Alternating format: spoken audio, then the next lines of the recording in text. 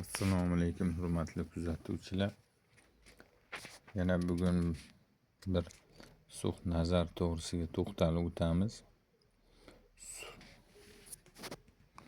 Sux nazar tegmagan bola bilan tekkan bolani farqi, tegmagan bolaga agar gripp tegsa, sux nazar tegmagan bolaga 5-6 kun nari borsa 5-6 kunga o'sha grippdan shamollashdan osonroq qutuladi. Agar sux nazar tekkan bolaga gripp shamollash tegsa, bu 10-15 kungacha cho'ziladi. Shunchalik uzoq davom etadi, balki undan ham uzoqroqqa cho'zilishi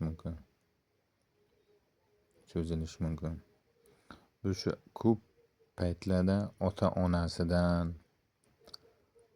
buvasidan, o'zini yaqin qarindoshlaridan o'tib qoladi bu narsa. Chin yurakdan sevib erkalagan paytda, chin ko'ngliga juda yaqin olgan paytda o'tib qoladi. O'tganini o'zi bilmaydi. Bolaga o'tganini onasiga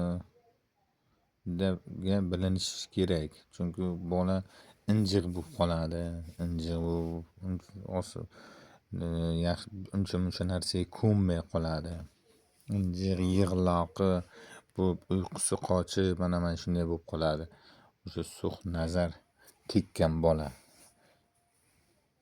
O'shanday paytda bir yaxshiroq domlaga o'qitib, o'sha sux nazarga qarshi dam soldirsa, yana xudo xolasa eski holatiga yaxshi bo'lib qaytadi.